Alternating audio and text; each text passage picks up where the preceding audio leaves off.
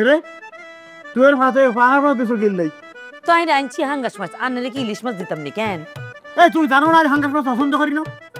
আন্নে হাঙ্গাস মাছ পছন্দ করে না, হেতে তেলাপিয়া পছন্দ করে না, হেতে রুই মাছ পছন্দ করে না, তাই রাঁধতাম কি ফ্রিজের মধ্যে তো হাঙ্গাস ছাড়াও কিছু নেই।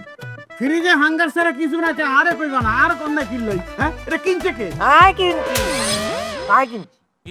শোনেন আব্বা, এটা মানে ভালো দামে কম সস্তা আছে আব্বা খাইছেন কোনো কাঁড়া গুঁড়া নাই ইজি খাইতে পারবেন ইজি হজম হবে খাইছেন টেস্ট করে দেখেন ভালো মাছ টেস্টি মাছ খানার নেই। এই তুই জানো না হাঙ্গাস পছন্দ করি না? আচ্ছা আব্বা আমি বাপটা জমিদার আছি কেন গো?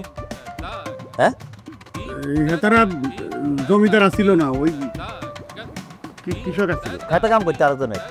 হ্যাঁ অসুবিধা কি? না না কোনো অসুবিধা নাই আমার বাবা ছিল কামলা এতে হারা জীবন কাম করি অন্য করে ভাত খাওয়াইছি ফাঙ্গাস তো দূরে তা ইলিশ মাছ তো জীবনে চোখে দেখানো সারা জীবন হাত দি খাইছে লতা দি খাইছে কেন?